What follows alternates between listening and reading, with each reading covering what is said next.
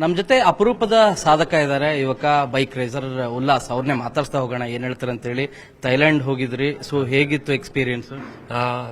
ತುಂಬಾ ಚೆನ್ನಾಗಿತ್ತು, different experience. First time 600 super sport ಓಡಿಸಿದ್ದು. ತುಂಬಾ ಆಸೆ ಆಯ್ತು 600 ಓಡಿಸ್ಬೇಕು ಅಂತ ಎಷ್ಟು ವರ್ಷದಿಂದ. ಈ ವರ್ಷ ಓಡಿಸಿದೆ. ಸೊ ನಾನು ಓಡಿಸಿದ್ದು ಬಿಗ್ ಚಾಂಪಿಯನ್ಶಿಪ್, ಮತ್ತೆ ನನ್ನ ಕ್ಯಾಟಗರಿ ಬಂದು SS2. ಇದರಲ್ಲಿ ಓಡಿಸಿ ನಾನು ಸೆಕೆಂಡ್ ಬಂದೆ ಓವರ್ ಆಲ್ ಚಾಂಪಿಯನ್ಶಿಪ್ ಅಲ್ಲಿ. ಸೊ ಆಕ್ಚುಲಿ ನಾನು ಚಾಂಪಿಯನ್ಶಿಪ್ ಲೀಡ್ ಮಾಡ್ತಿದ್ದೆ. ಲಾಸ್ಟ್ 2 ರೇಸು ಏನಾಯ್ತು ಅಂದ್ರೆ ಆಕ್ಚುಲಿ ಟಾಪ್ 3 ಮುಗಿಸಿದ್ರು ಕ್ಲಿಂಚ್ ಮಾಡ್ತಿದ್ದೆ ಟೈಟಲ್. ಅನ್ಫಾರ್ಚುನೇಟ್ ಆಗಿ ರೇಸ್ 4 ಟೈರ್ ಪಂಚರ್ ಆಗಿ DNF ಆಗೋಯ್ತು. ಸೊ ನೆಕ್ಸ್ಟ್ ರೇಸು ನಾನು ಫಸ್ಟ್ ಬರಲೇಬೇಕಾಗಿತ್ತು ಚಾಂಪಿಯನ್ ಆಗಕ್ಕೆ. ಅನ್ಫಾರ್ಚುನೇಟ್ ಮೆಕ್ಯಾನಿಕಲ್ ಇಶ್ಯೂ ಆಗಿ ನಾನು ಮತ್ತೆ ಥರ್ಡ್ ಮುಗಿಸಿದೆ. But it was not enough to clinch the title. But really good experience. ತುಂಬಾ ಇನ್ನ ಚೆನ್ನಾಗಿ ಮಾಡ್ಬೋದು. ಬೈಕ್ ಇನ್ನ ಟಾಪ್ ಲೆವೆಲ್ ಕಾಂಪಿಟೇಟಿವ್ ಇದ್ದಿದ್ರೆ definitely I can fight with a very good category and get myself or get India in very good position. ಎಷ್ಟು ಜನ sir ಭಾಗಿಯಾಗಿದ್ರು? ಎಷ್ಟು ದೇಶಗಳು ಭಾಗಿಯಾಗಿದ್ರು? 4 ದೇಶಗಳು ಭಾಗಿಯಾಯಿತು. ಜಪಾನ್, USA, ನೆದರ್ಲ್ಯಾಂಡ್ ಮತ್ತೆ ಥೈಲ್ಯಾಂಡ್. ಲೋಕಲ್ ಅಲ್ಲೇ ಥೈಲ್ಯಾಂಡ್ ಇಷ್ಟು ಜನ ಇದ್ರು. ಮತ್ತೆ ನನ್ನ ಕೂಡ ಇಂಡಿಯನ್ಸ್ ಇಬ್ಬರಿದ್ರು, ನಾನು ಮತ್ತೆ ಇನ್ನೊಬ್ಬ ರೈಡರ್. ಸೊ ನಾನು ಚಾಂಪಿಯನ್ಶಿಪ್ ಅಲ್ಲಿ ಮುಗಿಸಿದೆ. ಸೊ ತುಂಬಾ ಎಷ್ಟು ಸೆಕೆಂಡ್ಗಳಲ್ಲಿ ಅದು ಇನ್ಫಾರ್ಮೇಶನ್?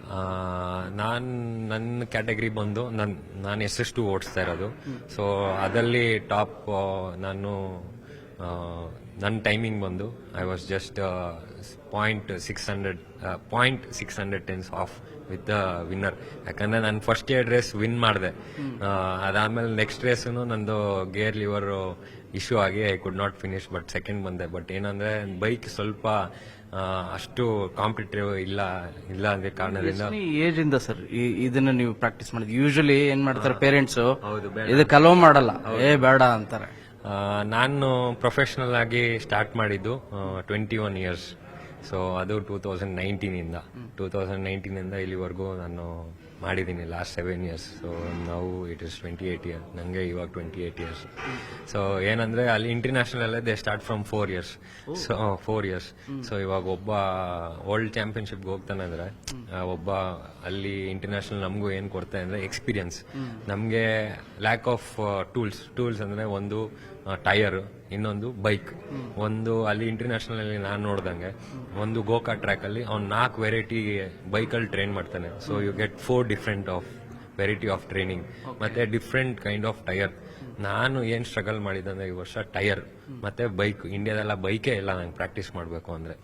ಸೊ ಅದು ಇಷ್ಟು ಲ್ಯಾಕ್ ಇದೆ ನಮ್ಮ ಹತ್ರ. ನಮ್ಗೆ ಟೈರ್ಸ್ ಇದ್ರೆ definitely we can do better. ಏನ್ ಏಮಿದೆ sir next? Of course international level ಭಾಗಿಯಾಗಬೇಕು ಅಂತ, ಅದಕ್ಕೆ ಹೇಗೆ ಪ್ರಿಪರೇಷನ್ ಆಗಬೇಕು ಮತ್ತೆ ಏನು ಕ್ವಾಲಿಫಿಕೇಶನ್ ಬೇಕಾಗುತ್ತೆ? ಕ್ವಾಲಿಫಿಕೇಶನ್ ಬಂದು ಇವಾಗ ಇಂಟರ್ನ್ಯಾಷನಲ್ ಅಂದ್ರೆ ಒಂದು ನ್ಯಾಷನಲ್ ಅಲ್ಲಿ ನೀವು ಅಟ್ಲೀಸ್ಟ್ ಟಾಪ್ 3 ಚಾಂಪಿಯನ್ಶಿಪ್ ಅಲ್ಲಿ ಇರಬೇಕು. ಸೊ ಅವಾಗ ಇಂಟರ್ನ್ಯಾಷನಲ್ಗೆ ಹೋಗಿ ಟೀಮ್ಸ್ ನ ಅಪ್ರೋಚ್ ಮಾಡಕ್ಕೆ ಈಸಿ ಆಗುತ್ತೆ. ಯಾಕಂದ್ರೆ ನಿಮ್ ಪ್ರೊಫೈಲ್ ನೋಡ್ತಾರೆ ಹಿಂಗೆ ಏನು. ಸೊ ಅವಾಗ ಡಿಸೈಡ್ ಮಾಡ್ತಾರೆ. ಸೊ ನೆಕ್ಸ್ಟ್ ಅದರಲ್ಲಿ ನೀವು ಕಾಂಪಿಟೇಟಿವ್ ಆಗಿರ್ಬೇಕು ಇಂಟರ್ನ್ಯಾಷನಲ್ ಹೋದಾಗ. ಅದಾದ್ಮೇಲೆ ನಮ್ಗೆ ಏಷ್ಯಾ ಅಂತ ಒಂದಿದೆ, ಏಷ್ಯಾ ಲೆವೆಲ್. ಅದಕ್ಕೂ ಹೋಗ್ಬೋದು. ಇಲ್ಲ ಡೈರೆಕ್ಟ್ ಆಗಿ very financial and very good sponsor ಇದ್ರೆ ಯುರೋಪ್ ಚಾಂಪಿಯನ್ಶಿಪ್ಗೆ ಹೋಗ್ಬೋದು. ಯುರೋಪ್ಗೆ ಹೋದಾಗ ಏನಂದ್ರೆ ಅಲ್ಲೇ 1 ವರ್ಷ 2 ವರ್ಷ ಇದ್ದು ಟ್ರೈನ್ ಮಾಡಿ ಖಂಡಿತ ನಾವು ಮೇಲ್ ಬರ್ಬೋದು. ನಮ್ಮ ಹತ್ರ ಏನಂದ್ರೆ ಒಂದು ಡಿಸಿಪ್ಲಿನ್ ಇರಬೇಕು, ಒಂದು ಹಾರ್ಡ್ ವರ್ಕಿಂಗ್ ಮೈಂಡ್ ಸೆಟ್ ಇದ್ರೆ ಡೆಫಿನೆಟ್ ಆಗಿ ನಮ್ಮ ಇಂಡಿಯಾನ ಎಲ್ಲಿ ಬೇಕಾದ್ರೆ ತರ್ಬೋದು. ಯಾಕಂದ್ರೆ I have seen including myself and other Riders who are doing really good. ಏನಂದ್ರೆ ಒಂದು ಕರೆಕ್ಟ್ ಆಗಿ ಸಪೋರ್ಟ್ ಬೇಕು, ಮತ್ತೆ ಫೈನಾನ್ಷಿಯಲ್ ಇದ್ರೆ ಡೆಫಿನೆಟ್ ಆಗಿ ನಮ್ಮ ಇಂಡಿಯಾನ ವರ್ಲ್ಡ್ ಚಾಂಪಿಯನ್ಶಿಪ್ ಲೆವೆಲ್ ಕರ್ಕೊಂಡು ಹೋಗ್ಬೋದು. ಚಾನ್ಸಸ್ ಇದೆಯಾ? ಆ ರೀತಿ ಹೋಪ್ ಇದೆಯಾ? ವರ್ಲ್ಡ್ ಚಾಂಪಿಯನ್ಶಿಪ್ಗೆ ಕಷ್ಟ ಇದೆ. ಯಾಕಂದ್ರೆ ಅಷ್ಟು ಯೂಜ್ ಅಮೌಂಟ್ ಮತ್ತೆ huge kind of sponsorship end of the day. ಯಾಕಂದ್ರೆ ನಾನು 1 ವರ್ಷದಲ್ಲಿ ಹೋಗ್ಬಿಟ್ಟು ನಾನು ವರ್ಲ್ಡ್ ಚಾಂಪಿಯನ್ಶಿಪ್ ನಾನು 4th ಭಾಗಿಯಾಗಿ ಕ್ವಾಲಿಫೈ ಆಗಿ ನಾನು 5th 6th ಟಾಪ್ 10 ಬರ್ತೀನಿ ಅಂದ್ರೆ ಅದು ದಟ್ ಈಸ್ ವೆರಿ ಏನಿದೆ impossible. That is a joke ಹೇಳ್ಬೋದು. ಇಂಪಾಸಿಬಲ್. ಯಾಕಂದ್ರೆ ಅಲ್ಲಿರೋ ಲೆವೆಲ್ ಆಫ್ ಕಾಂಪಿಟೇಟಿವ್ ಮತ್ತೆ ಅಲ್ಲಿ ಈ ಲೆವೆಲ್ ಆಫ್ ರೈಡರ್ಸ್ ಆಗಿರ್ಬೋದು. ನಾವು ಇಲ್ಲ ಅಂತಲ್ಲ, ಕಾಂಪೀಟ್ ಮಾಡಕ್ ಆಗಲ್ಲ ಅಂತಲ್ಲ. ಏನಂದ್ರೆ ಹೋಗಿ ಟ್ರ್ಯಾಕ್ ನ ಕಲಿಬೇಕು. ಅಲ್ಲಿರೋ ವೆದರ್ಗೆ, ಅಲ್ಲಿರೋ ಟೈರ್ ಮತ್ತೆ ಯೂಸ್ ಮಾಡೋ ಟೈರ್, ಅಲ್ಲಿರೋ ಬೈಕ್ಗೆ ತುಂಬಾ ವೇರಿ ಆಗುತ್ತೆ ನಮಗೆ. ಅದಕ್ಕೆ ಒಂದು ವರ್ಷ ಟ್ರೈನ್ ಮಾಡಿ, ಒಂದು ವರ್ಷ ರೇಸ್ ಮಾಡಿ ಅಲ್ಲೇ ಇದ್ದು, second year definitely if you are very good talented and hard working, if you have a good team and good bike, definite ಆಗಿ ನಾವು ಟಾಪ್ 3 ಬರ್ಬೋದು ಅಂತ ನಿಮಗೆ ಆ ಕಾನ್ಫಿಡೆನ್ಸ್ ಇದೆ? ಖಂಡಿತ ಇದೆ. ಇವಾಗ್ಲೂ ಅಷ್ಟೇ ಓಡಿಸ್ಬೇಕು ಅಂದ್ರೆ ತುಂಬಾ ಆಸೆ ಇದೆ. ಏನಂದ್ರೆ ಬೀನ್ ಲ್ಯಾಕಿಂಗ್ ನನ್ನ ಕೆರಿಯರ್ ಅಲ್ಲಿ. ನಾನು ಒಂದು ಒಳ್ಳೆ ಗುರು, ಒಳ್ಳೆ ಬೈಕ್, ಕಾಂಪಿಟೇಟಿವ್ ಬೈಕ್ ಸಿಕ್ಕಿಲ್ಲ ನಂಗೆ. ನನ್ನ ಪ್ರೊಫೈಲ್ನ ಫುಲ್ ಆ ಲೆವೆಲ್ ತೊಗೊಳೋಕೆ. ನಂಗೆ ಅದೊಂದು ಸಿಕ್ಕಿದ್ರೆ ಖಂಡಿತ. ನಮ್ಮ ಹುಡುಗರೆಲ್ಲ ಸಿಟಿಗಳಲ್ಲಿ ವೀಲಿಂಗ್ ಎಲ್ಲ ಮಾಡ್ತಾ ಇದ್ದಾರೆ, ಅವ್ರಿಗೆಲ್ಲ ಏನ್ ಹೇಳಕ್ ಬಯಸ್ತೀರಿ? ಅದಕ್ಕೆ ಅಂತ ಒಂದು ಕಾಂಪಿಟೇಷನ್ ಇದೆ. ಇವಾಗ ಇಲ್ಲಿ ಡ್ರ್ಯಾಗ್ ಅಂತ ನಡೆಸ್ತಾರೆ, ರೂಮ್ ಅಂತ, ಅದಕ್ಕೆ ಅಂತ ಒಂದು ಕಾಂಪಿಟೇಷನ್ ಮಾಡ್ತಾರೆ. ಅಲ್ಲಿ ನೀವು ನಿಮ್ಮ ಟ್ಯಾಲೆಂಟ್ ನ ದಯವಿಟ್ಟು ಅಲ್ಲಿ ತೋರಿಸಿ. ಇನ್ನಂದ್ರೆ ಪಬ್ಲಿಕ್ ಅಲ್ಲಿ ನೀವು ಮಾಡಿದ್ರೆ, ಹೈವೇದಲ್ಲೆಲ್ಲ ಮಾಡಿದ್ರೆ, ಒಂದು ಫಸ್ಟ್ ನೀವು ಬಿದ್ರೆ ನಿಮ್ಗೆ ಏಟ್ ಆಗುತ್ತೆ.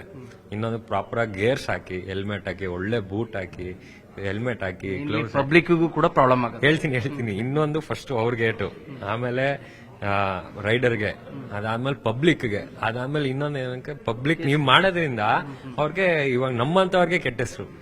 ಮತ್ತೆ ಇನ್ನೊಬ್ಬ ಅಲ್ಲಿ ಯಾರೋ ಟ್ಯಾಲೆಂಟೆಡ್ ಇರ್ತಾನೆ, ಅವ್ನು ಬೈಕ್ ರೇಸಿಂಗ್ ಮಾಡ್ತಾನೆ, ಏನ್ ಬೈಕಿಂಗ್ ರೇಸ್ ಮಾಡ್ತೀರಾ ಬೇಡ ಅಂದ್ಬಿಟ್ಟು ನಿಲ್ಲಿಸ್ತಾರೆ. ಅವ್ನು ಗೊತ್ತಿಲ್ಲ ಅವ್ನು ಎಲ್ಲಿ ಹೋಗ್ಬೋದು ಅಂತ. ಸೊ ಈ ತರ ಮಾಡೋದ್ರಿಂದ ನಮಗೂ ಕೆಟ್ಟ ಹೆಸರು, ನಿಮ್ಗೂ ಕೆಟ್ಟ ಹೆಸರು, ಅದೊಂದು ಬ್ಯಾಡ್ ಒಪಿನಿಯನ್ ಆಗಿ ಟರ್ನ್ ಆಗುತ್ತೆ. ಸೊ ಹಂಗ್ ಮಾಡಬೇಡಿ.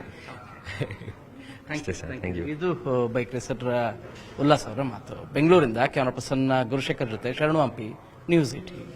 ನಿರ್ಭೀತ, ನಿಷ್ಪಕ್ಷಪಾತ, ವಿಶ್ವಾಸಾರ್ಹ ಸುದ್ದಿಗಳಿಗೆ ಮತ್ತೊಂದು ಹೆಸರಾಗಿರೋ ನ್ಯೂಸ್ 18 ಕನ್ನಡ ಈಗ ಆಪ್ನಲ್ಲೂ ಲಭ್ಯ ಇದೆ.